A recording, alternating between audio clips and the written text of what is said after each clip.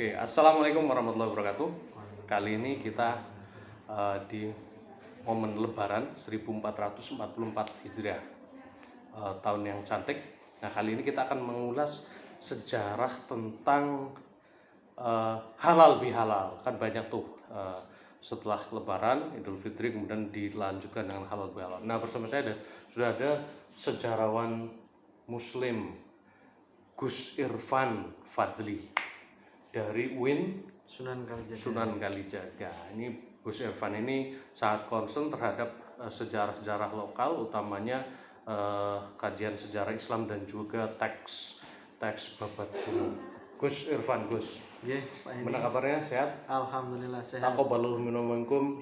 Mohon maaf lahir batin. Sami-sami ya Pak Heni. Nah, ini halal bihalal nih Gus.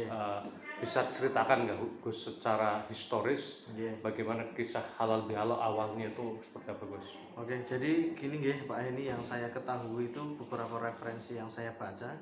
Sebenarnya memang istilah halal bihalal ini sudah jauh, bahkan ada yang mengatakan sebelum Indonesia ini merdeka atau ada itu sudah ada. Memang yang mempopulerkan kembali halal bihalal ini adalah Kiai Haji Wahab Hasbullah, tokoh Nahdlatul Ulama.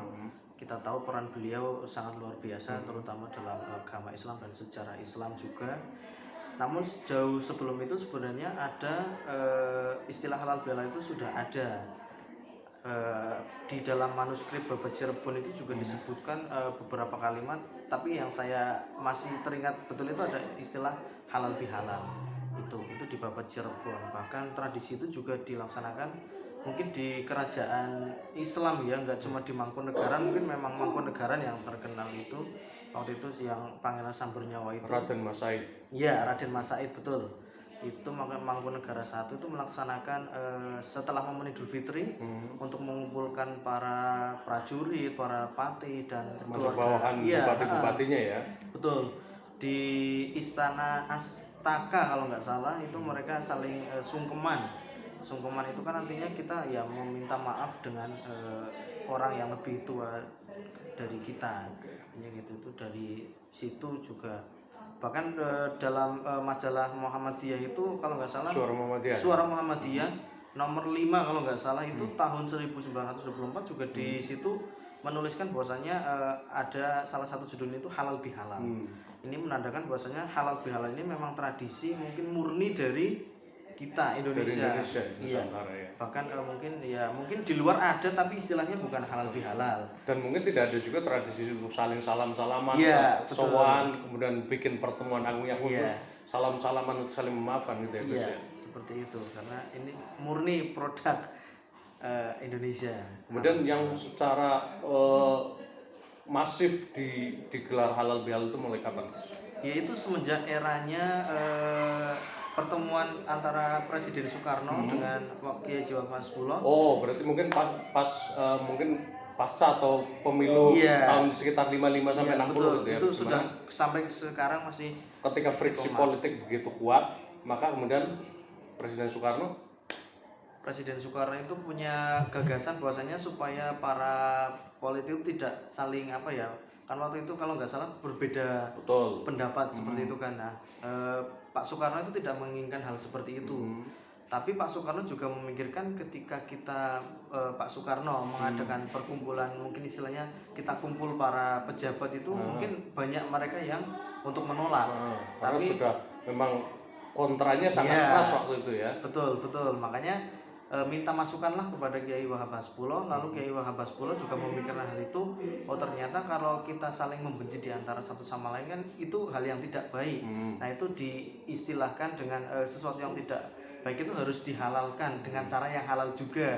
Makanya halal bihalal. Mungkin itu juga perlu ya Gus, saat ini ketika jelang 2024 ini politik begitu memanas, kemudian juga sudah mulai black campaign antar partai, antar calon gitu. Mungkin tradisi itu perlu juga ya? Perlu. Karena banyak memang nilai positifnya halal bihalal ini. Saling memaafkan, kita yang mungkin tadinya ada kebencian, kita jadi ada rasa kebencian itu hilang. Iya, betul. Hilang. Kita masing-masing jadi unik ya, karena biasanya di masa-masa biasa kita jarang nggak mau minta maaf, tapi di era pas Idul Fitri ini orang dengan sukarela maafkan saya ya, begitu ya, dan itu hal yang Iya. oke. Terus ada tradisi yang unik ini terutama di Indonesia ya, kita nggak tahu di luar ada apa. Tentang kalau sajian makanannya kan ada selalu ada kupat. Iya, betul. Punya makna tersendiri nggak sih kupat? Kalau kupat yang saya tahu itu kan ada makna ganda. Yang pertama itu adalah ngaku lepat.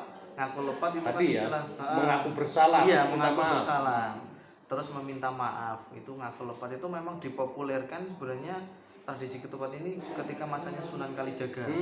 Dan itu salah satu dakwahnya Sunan Kalijaga juga untuk mengajak para warga itu memasuki agama Islam tapi dengan cara yang mudah, tidak ruang-ruang memaksakan. budaya ketika karena mungkin bisa jadi makanan ketupat atau yang sejenisnya itu sudah ada zaman Hindu Buddha ya. Iya, sudah ada. Memang terus dilestarikan oleh Sunan Kalijaga dengan cara memberikan kepada sekerabat atau tetangga-tetangganya sedekah. Iya, betul. Itu tadi ngaku lepas, mengaku salah bahwasanya pasti kan kita mempunyai kesalahan walaupun itu baik disengaja maupun tidak. Tapi kan tidak ada salahnya untuk kita mengakui kesalahan kita dan meminta maaf. Terus juga ada laku papat, itu ada ada lebaran, leburan, luberan. Terus satunya lagi itu laburan.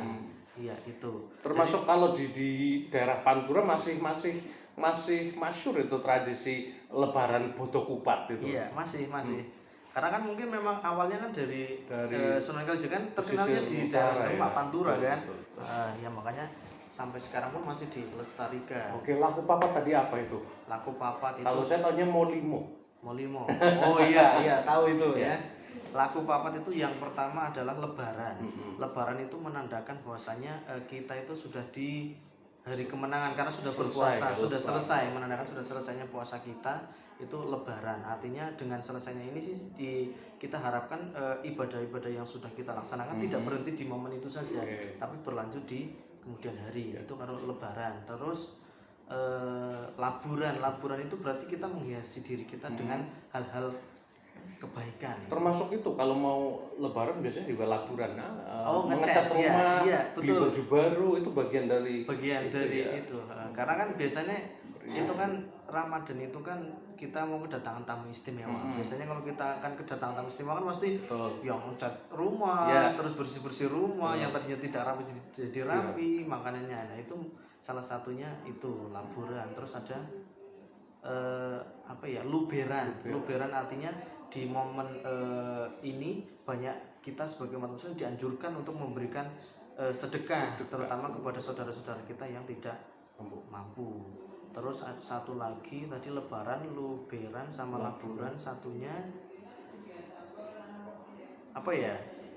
jadi di situ itu tumpah ruah, luberan, tumpah ruah, luber, intinya kita sudah saling memaafkan kan, kesalahan kita itu sudah intinya luber, sudah hangus lah intinya. Baik, menarik sekali ya Gus, makna dari halal bihalal kemudian juga lebaran, ketupat. Baik, terima kasih Gus Irfan sama-sama atas informasinya, mudah-mudahan bermanfaat dan kita ketemu lagi besok-besok di konten-konten sejarah Islam yang bermanfaat. Terima kasih Gus. Assalamualaikum warahmatullahi wabarakatuh.